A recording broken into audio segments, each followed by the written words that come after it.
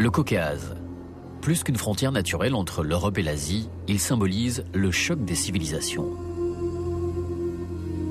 Dans la partie sud du massif, entre l'Arménie chrétienne et l'Azerbaïdjan musulman, le Gom-Chassar culmine à 3700 mètres.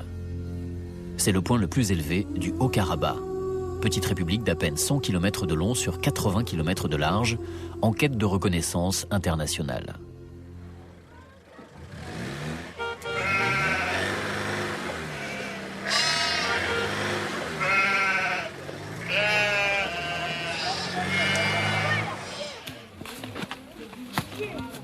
Allez, il faut y aller maintenant. Nesso et ses compagnons sont des passionnés de chasse. Il y a 20 ans, ils étaient des combattants. Nous partons avec eux découvrir ce pays de 150 000 habitants et les vestiges d'une guerre encore très présente.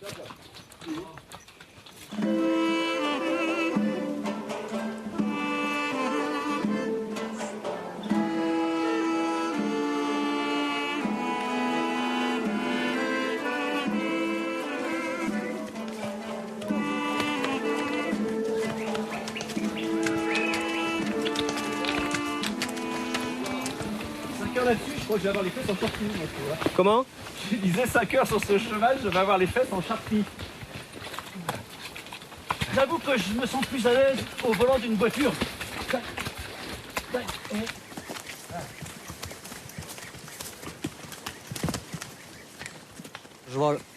Les chemins sont très difficiles et nos montagnes sont très dangereuses. Il faut avoir un bon cheval et tous les chevaux ne sont pas capables de venir jusqu'ici. L'an dernier, j'en ai perdu 3. C'est dangereux et en plus, il y a des loups.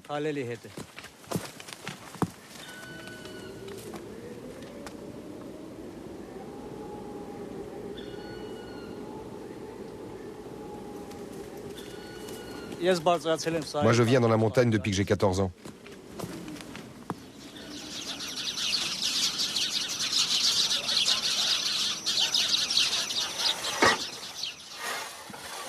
Ike, viens m'aider.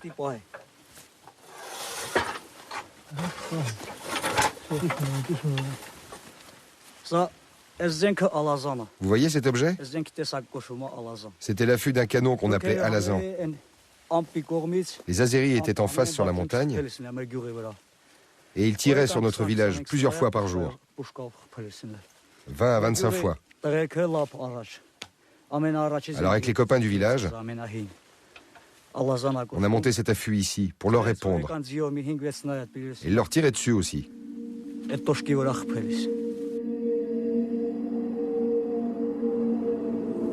Les Azéris sont les habitants de l'Azerbaïdjan, le pays situé juste derrière ces montagnes.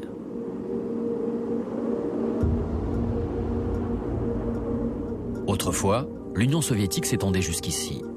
Les Russes avaient intégré d'autorité cette terre, chrétienne comme l'Arménie voisine, à la République d'Azerbaïdjan musulmane.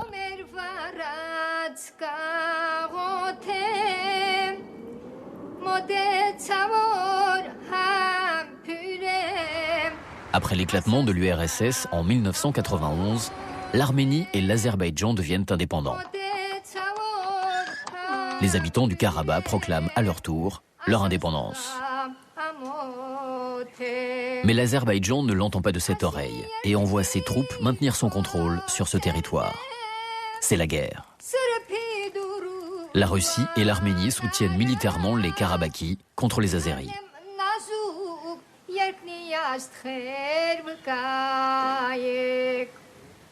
La ligne de front est toute proche. On l'aperçoit des sommets.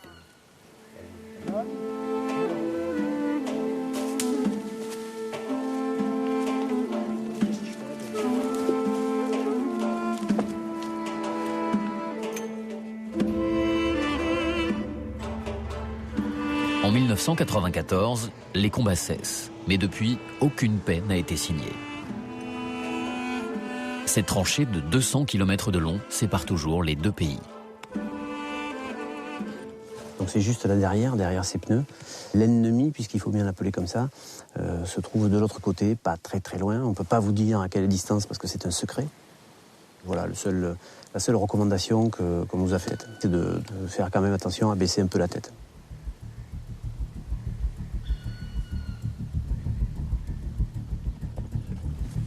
Ovik a 20 ans. Étudiant en médecine, il doit, comme tous les jeunes, faire son service militaire pendant 2 ans. Sa mission, observer les lignes ennemies à l'est du pays.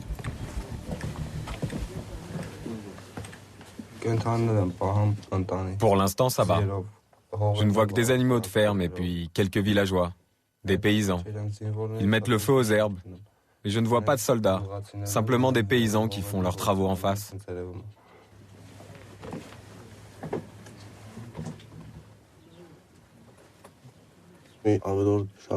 Pour l'instant, rien ne bouge. Tout est normal. On est très près du territoire ennemi. C'est pour cela qu'on arrive à voir le moindre mouvement. Ils sont vraiment très près.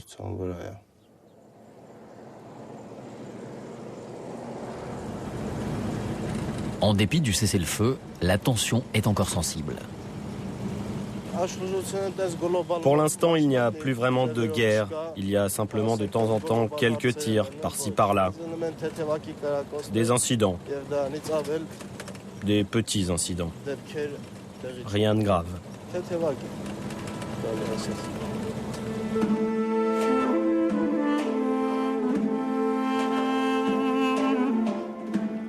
La guerre pour l'indépendance a fait 15 000 morts et 55 000 blessés de part et d'autre.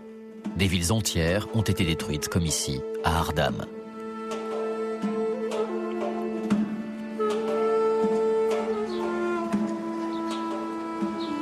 Stepanakert, la capitale, n'a pas été épargnée.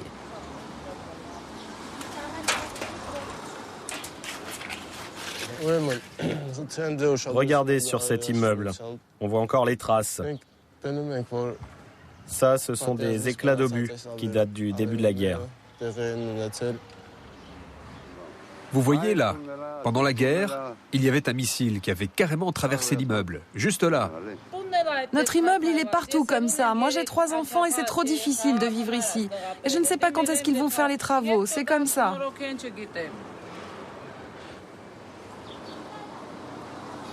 Stepanakert est la capitale d'un pays qui, officiellement, n'existe pas.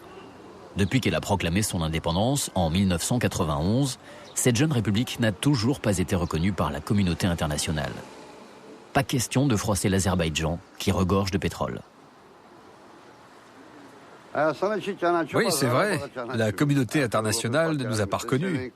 Mais nous, entre gens du Karabakh, on s'est reconnus tout seuls.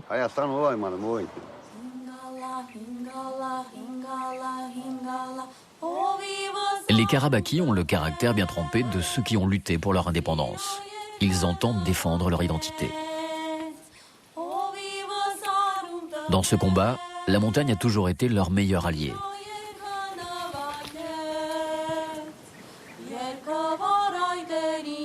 Au bord des chemins, de mystérieuses pierres témoignent de cette complicité millénaire. Tu as vu sur celui-là? Il y a 3 lettres qui restent. Mais on ne les voit pas très bien. C'est effacé. On dirait un R, et puis là un A.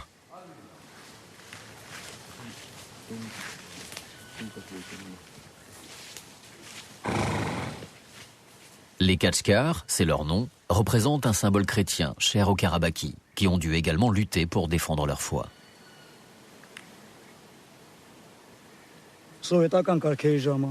À l'époque de l'Union soviétique, la règle c'était l'athéisme. Et souvent les autorités cassaient les Kachkars. Alors le peuple les cachait. Il les enterrait, il les amenait ici dans la montagne, ou bien dans la forêt pour les dissimuler.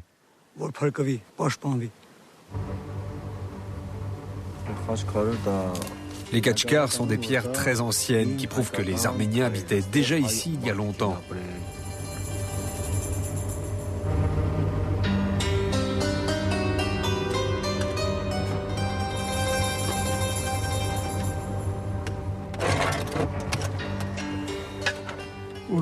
Tenez, mettez ça là-bas. Le professeur Petrosian étudie la présence des peuples d'origine arménienne sur le territoire. Depuis 2005, il dirige le chantier archéologique de Tigranakert, à l'est du pays, et scrute le moindre vestige. Aujourd'hui, on trouve beaucoup de choses. Tu peux me montrer?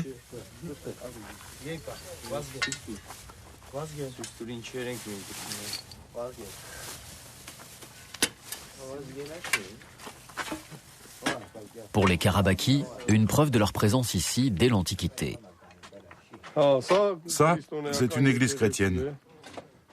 Elle date du 5e siècle et puis là-haut, ce que vous voyez, c'est la ville construite par le roi Tigrane.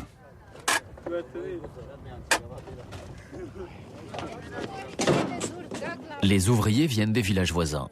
Depuis qu'ils travaillent sur ces fouilles, ils considèrent d'un œil nouveau un décor qui leur était familier, mais dont ils ignoraient l'histoire. Toutes ces pierres, on ne savait pas exactement ce que c'était. Et puis à l'époque, c'était les Azéris qui s'en occupaient. Maintenant que c'est devenu notre pays, c'est notre patrimoine. Et on est très fiers de travailler ici. C'est la terre de nos ancêtres.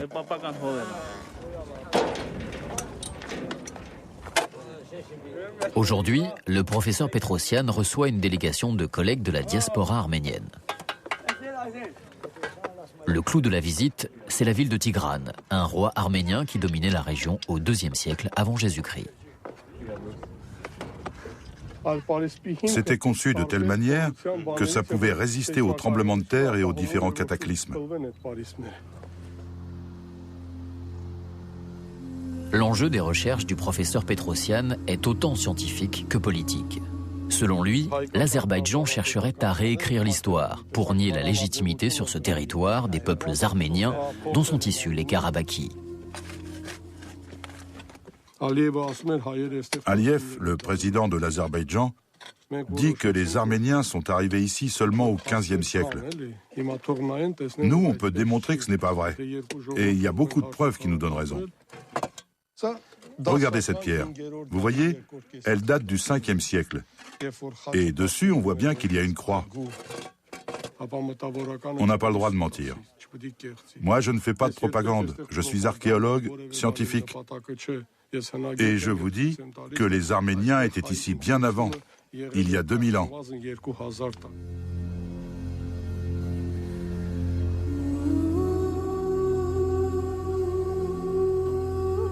Les Karabakis s'identifient à leurs pierres comme à leurs montagnes. Un monument près de la capitale en témoigne. Érigé dans les années 60 à l'époque soviétique, il représente un vieux couple de Karabakis, Tatik et Pabik, symbole du peuple du Karabakh. Sur le monument, une devise. Nous sommes nos montagnes.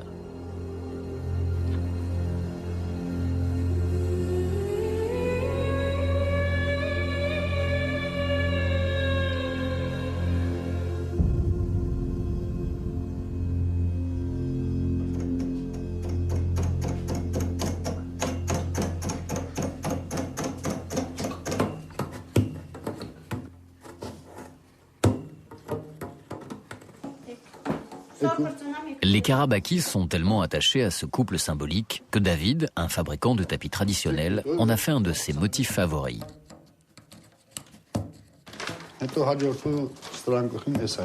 Voilà, c'est moi qui ai fait le modèle. Vous voyez, ça c'est la couleur naturelle, ça n'a pas été traité.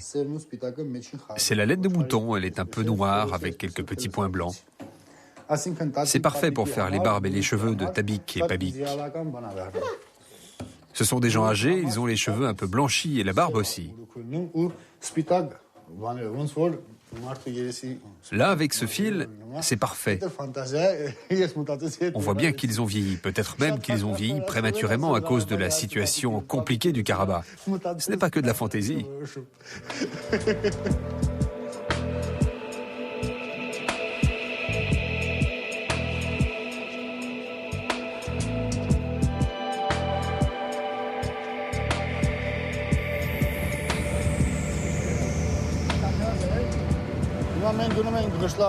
Maintenant, je vous emmène dans le village où nous travaillons les couleurs.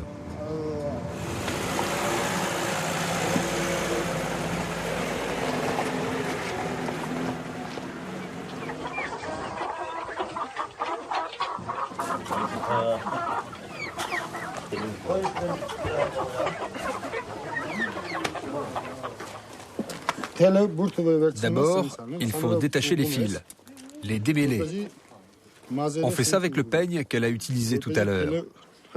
Oui, c'est facile.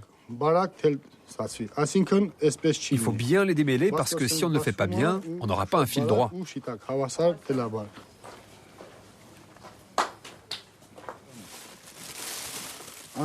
Cette plante-là s'appelle Antara. Avec, on fait du jaune.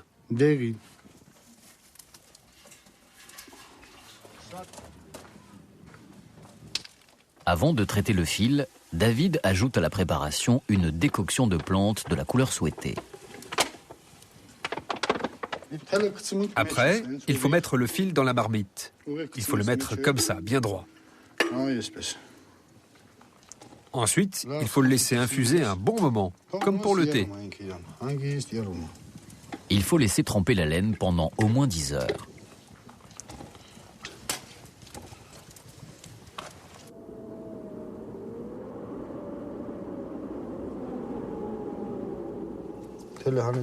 Voilà, c'est fini.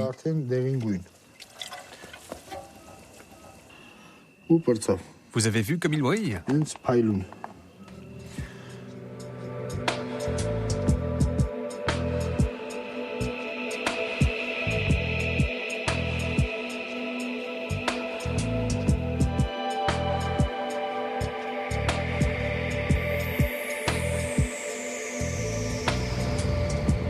Pour aller vendre ses tapis dans les hôtels de la capitale où séjournent quelques touristes, David se lève dès l'aube. Regardez, là c'est le jaune avec l'Antara. Blanc c'est blanc. Ici, il y a du rouge. Et puis ce noir, vous savez comment on l'obtient? Avec des noix qui ne sont pas mûres. J'ai remarqué que les touristes aimaient bien la couleur orange. Et surtout, ils n'aiment pas les couleurs qui sont trop franches. Un tapis comme celui-ci se vend au mètre. Ça fait 901 €. Attention, hein, j'ai bien dit 901. Bien sûr, je peux vous faire un prix.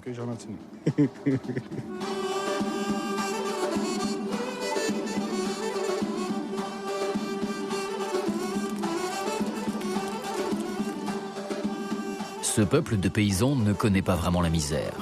La montagne est pleine de ressources.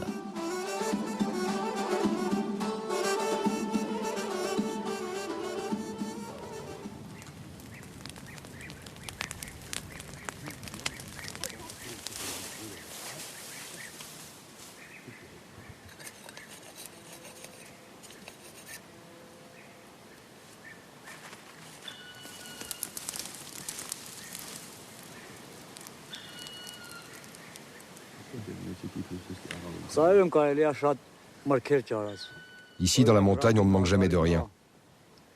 Tu peux ramasser des fruits rouges, des framboises, des mûres. Et puis il y a beaucoup de gibier que l'on peut chasser. À quelques minutes de là, dans le village de Sardrachen, les femmes confectionnent le pain traditionnel, le djingalofat, à base d'herbes de la montagne.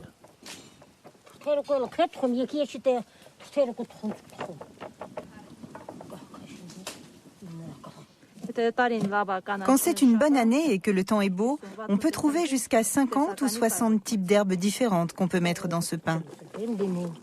Cette année, ce n'était pas bon, on a eu de la grêle et ça a tout détruit. Alors on ne peut pas mettre beaucoup d'herbes. Le sandwich du montagnard est excellent et les habitants du Karabagh ne rechignent jamais à donner leur recette. Mais pour attraper le tournement, c'est une autre histoire.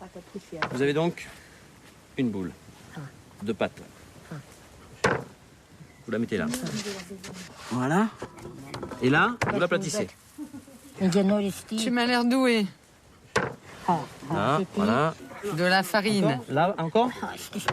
Allez, je le fais. Voilà, comme ça, un peu de nerf, voyons. Ça, c'est une façon de me dire que j'ai pas tout à fait le geste. Allez, mets-en partout. Du sucre. Alors lui, il ne comprend rien à ce qu'il fait. Alors ça, c'est ce qu'on fait quand Il faut l'aplatir, Mokane. Il faut l'aplatir, oui, j'ai compris. Il faut l'aplatir. Oui, à Mokane, l'aplatir. Et donc ça, c'est ce que vous faites quand vous n'avez plus d'herbe. Vous faites la galette avec la pâte un peu sucrée à l'intérieur et vous, Mokane, vous aplatissez. J'aplatis encore. C'est assez Mokane là ou c'est pas assez? Moi, je fais ce que le patron me dit. Ça suffit. Bola, ça veut dire ça suffit. Et là, je voulais vous montrer comment on fait, mais c'est elle qui le fait. Voilà. Tu pourras le faire en France. Oui, je vais le faire en France. Merci.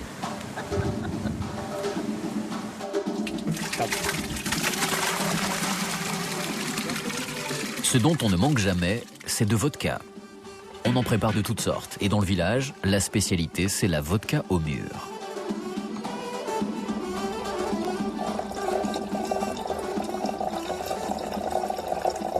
Impossible d'échapper à la dégustation. Allez, santé. Il faut boire tout d'un coup. Pour adoucir l'épreuve, on utilise du miel.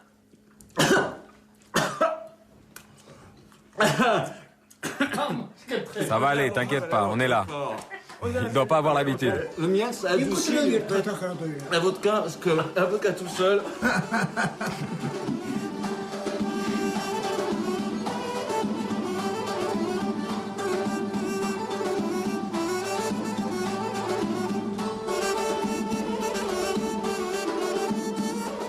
On ne peut pas tout cultiver sur les pentes du Karabakh.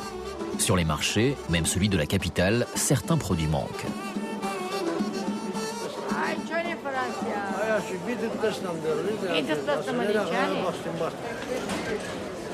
Aren et sa femme, marchand de légumes, ont des difficultés pour boucler les fins de mois. Leurs collègues aussi. Bon, dis-moi, je fais le journaliste. On voulait savoir si les affaires allaient bien. Si les affaires vont bien, tu rigoles ou quoi? Non, on veut juste savoir. Non, ça va pas du tout, laisse tomber. Elle n'est pas de bonne humeur. Le problème, c'est qu'on est dans la montagne. Le climat est changeant. Il y a de la grêle, par exemple. Les tomates ne poussent pas bien en Arménie, mais ici, c'est encore plus difficile. Ça nous complique la vie. Régulièrement, il faut qu'on aille se ravitailler en Arménie.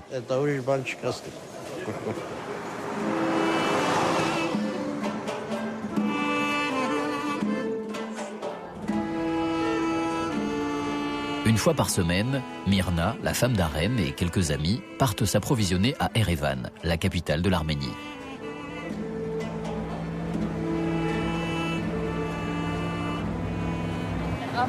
Qu'est-ce qu'ils y connaissent, les hommes au commerce?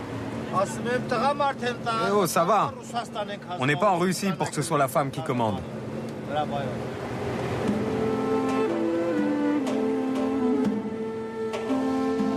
Pour parcourir les 500 km de route dans la montagne, dont une partie traverse l'Azerbaïdjan, il faut 7 heures.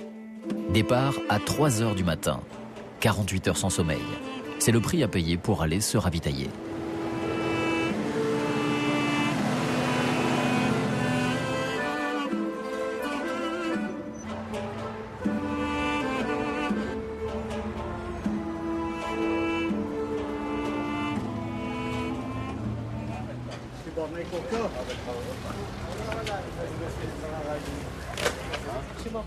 Les affaires ne sont pas faciles.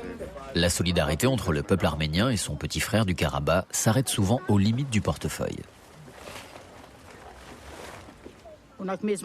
Chez nous, on peut toujours négocier, mais ici en Arménie, le prix c'est le prix. Impossible de les faire changer. De toute façon, ils ne sont pas tout à fait comme nous. Ils sont différents, ils sont beaucoup plus durs.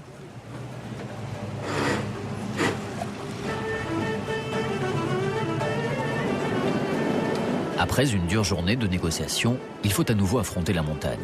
Mais cette fois, le camion est plein.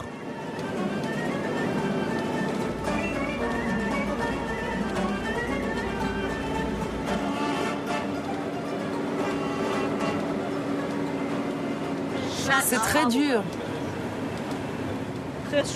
Même le chauffeur ne dort pas.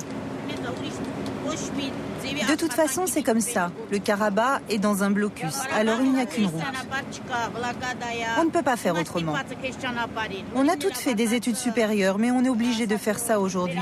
Parce qu'il faut bien manger, il faut nourrir nos familles. Oui, on n'a pas le choix, c'est pour nos familles. Et ce qu'on fait là, c'est le prix à payer pour notre liberté. Mais bon, maintenant le Karabakh est indépendant.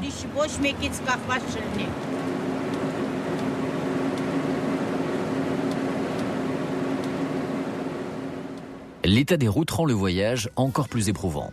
Elles ont souffert de la guerre, d'où quelques libertés avec le code de la route.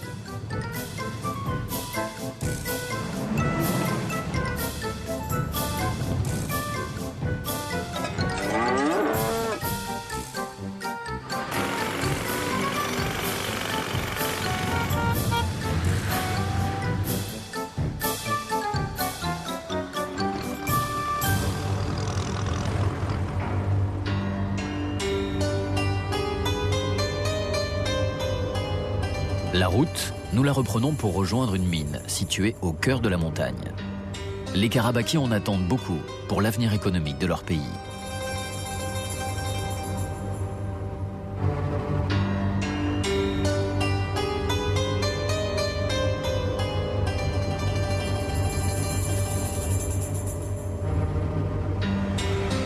Depuis 2005, engins et ouvriers extraient des entrailles de la montagne de Dron une matière qui ne paye pas de mine, mais qui fait naître bien des espoirs, et la convoitise de l'Azerbaïdjan.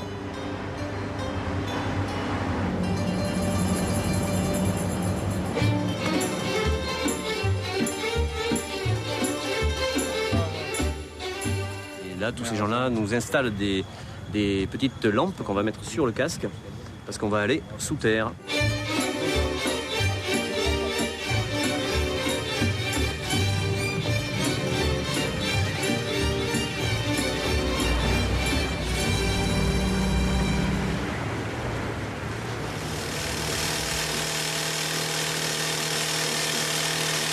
À 100 mètres sous terre, les techniciens sont optimistes.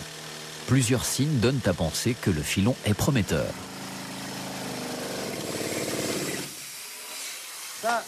Ça, en français, on appelle ça du cuivre. C'est de la chalcopyrite. Vous voyez, il y en a partout ici. Quand il y a du cuivre, l'or n'est pas très loin.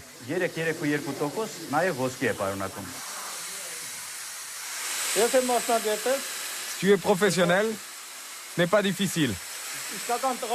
Mais c'est un métier d'homme. C'est vraiment pour les hommes.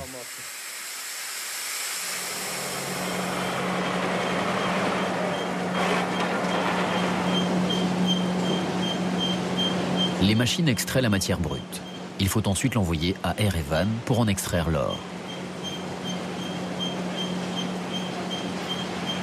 Parmi les 300 ouvriers, peu de Karabakhis, mais beaucoup d'Arméniens, comme le contremaître. En l'absence de compétences techniques, les méthodes utilisées sont importées de l'étranger. Et la plupart des machines viennent de France ou de Russie. Le Karabakh est une jeune république. D'ailleurs, ils ne sont pas encore reconnus, mais il faut qu'ils vivent de quelque chose. Il faut bien que les gens les aident. L'Azerbaïdjan, la Turquie ne les aident pas, mais il y a l'Arménie. L'Arménie et le Karabakh, c'est le même peuple.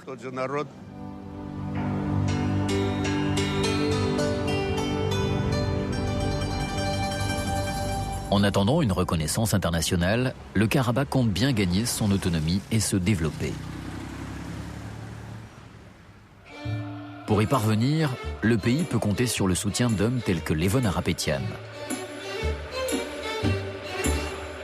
Natif du Karabakh, cet homme d'affaires a fait fortune à Moscou. Pour doper la démographie de son pays, en 2007, il a carrément financé le mariage de 700 couples.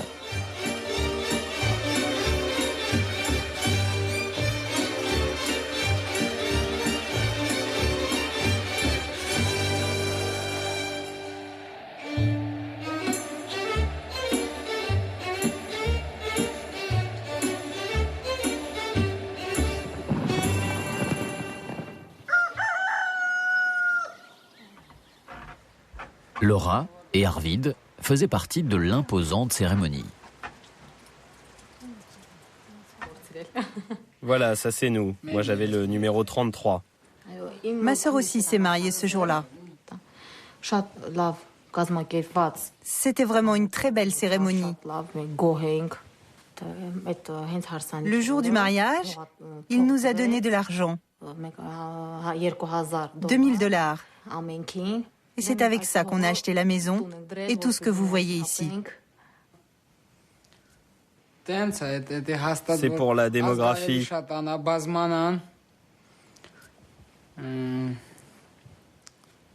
Pour que l'on soit plus nombreux. À la naissance du premier enfant, ils toucheront encore $2000.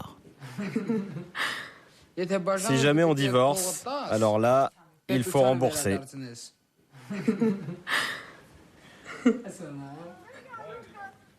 L'amour de Levon Harapetian pour son pays n'a pas de prix.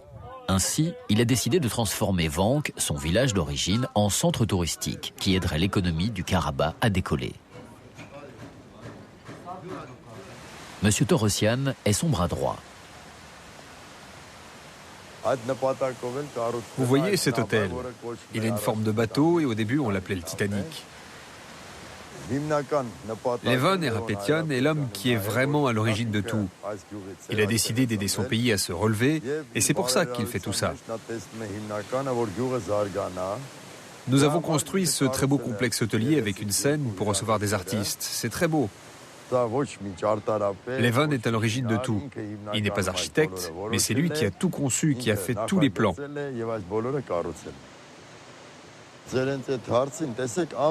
Évidemment, nous avons fait beaucoup d'efforts pour que tout ce qui est construit ici soit en parfaite harmonie avec la nature.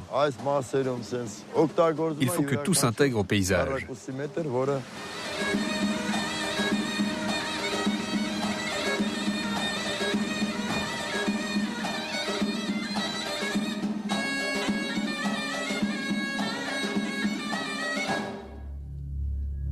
Sans attendre le boom touristique espéré, à quelques centaines de mètres au-dessus de Vank, c'est le monastère de Gandasar, qui est déjà le site le plus visité du Karabakh.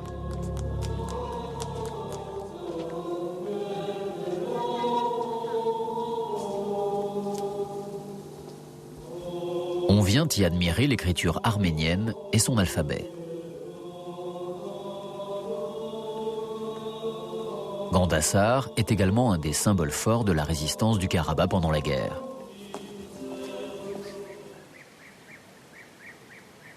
Les montagnes abritent des églises depuis des siècles. Celles-ci datent du Moyen-Âge. Nos guides y font toujours halte avant de partir à la chasse.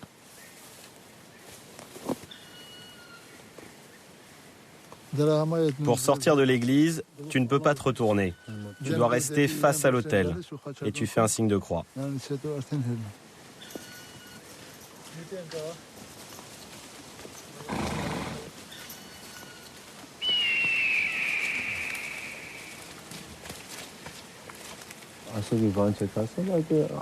Si seulement nous aussi, on pouvait faire comme les aigles, ça serait génial. On pourrait survoler la montagne, on verrait tout de là-haut et puis ce serait beaucoup plus facile pour aller jusqu'au sommet.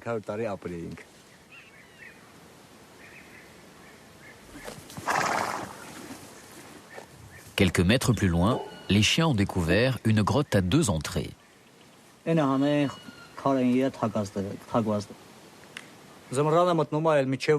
Ici, c'est un bon endroit pour eux. L'hiver, quand il y a de la neige, ils viennent ici pour hiberner. L'ours met sa patte dans sa gueule pour se nourrir. C'est comme ça que tout le gras de son organisme le nourrit, en passant par sa patte.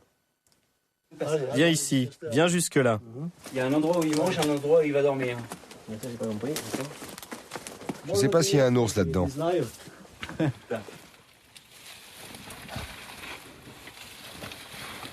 Sans doute le pire.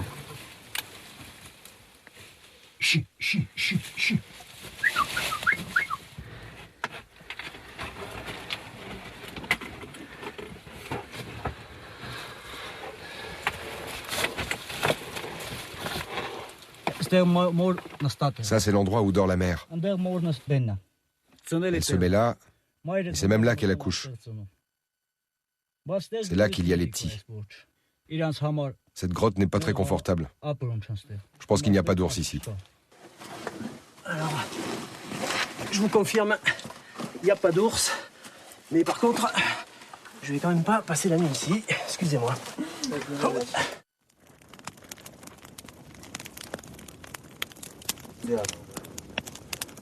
C'est pourtant bien dans une grotte que l'équipe va devoir passer la nuit.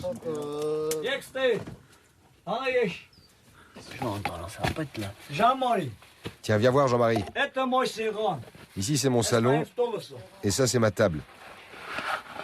Et puis pour la lumière, c'est facile. Je la mets comme ça. Quand j'étais enfant, c'était comme ma première maison. La première fois que j'ai dormi en montagne, c'était ici. Mon grand rêve, ça a toujours été de rencontrer une femme qui vivrait avec moi dans la montagne. Elle pourrait même accoucher. On pourrait avoir un enfant ici. C'est ça, et tu l'appelleras Tarzan.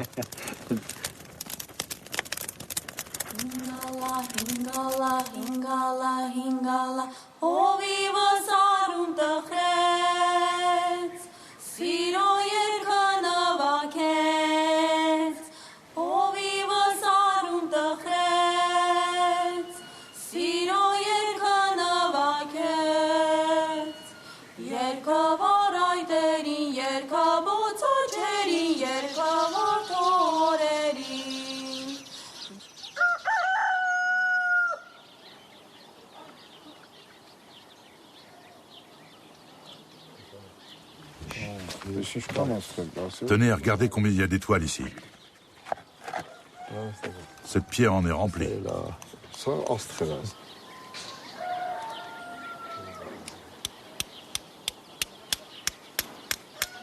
Regardez cette étoile. Elle est très belle. C'est vraiment étrange. Elles ont des formes très symétriques. Je venais jouer ici quand j'étais petit. Sur le sol, dans les rochers, on trouve beaucoup de petites étoiles. Slava est le directeur de l'école du village d'Astrachen. Depuis des années, il tente de percer le secret des étoiles. J'ai mon idée. Je pense qu'autrefois la mer venait jusqu'ici et que ces petites étoiles, ce sont les restes d'animaux fossiles. C'est unique au monde. Et au Karabakh, c'est le seul endroit où l'on trouve ça. C'est pour ça que notre village s'appelle Astrachen, le village qui fabrique des étoiles.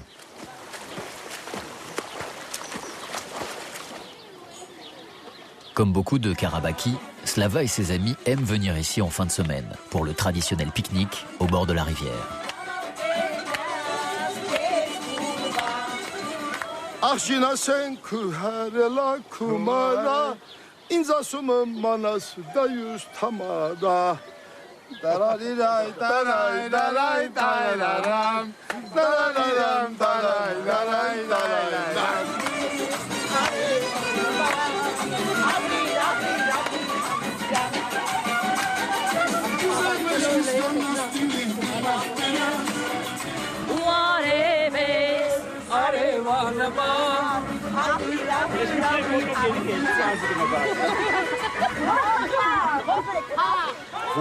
Bon, voilà, c'est simple. Je vais vous montrer les pas.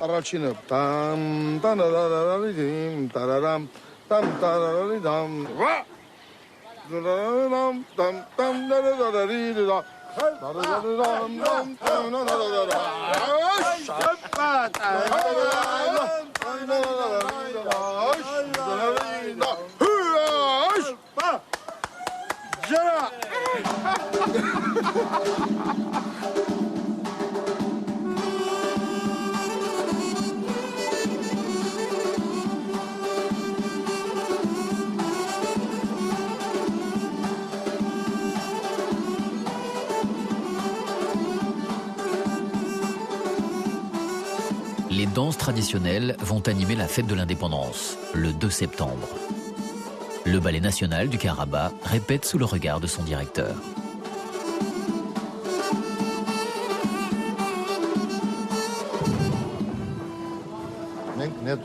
Vous noterez qu'à la fin de la danse, les danseurs jettent les poignards.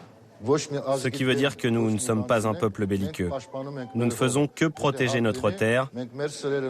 Et d'ailleurs, si quelqu'un la menace, nous sommes toujours prêts.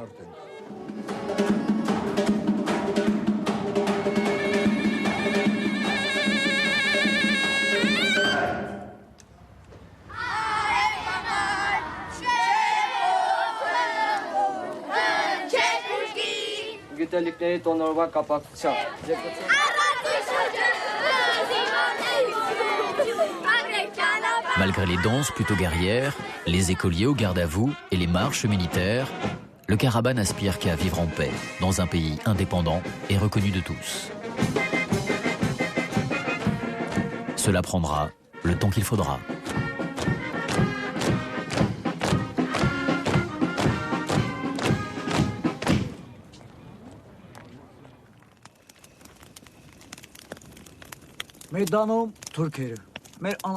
Autrefois, on vivait en paix avec les Azéris. On gardait leurs troupeaux de moutons, on échangeait du sucre, du riz, on était amis. C'est comme ça. C'est la politique qui a tout cassé.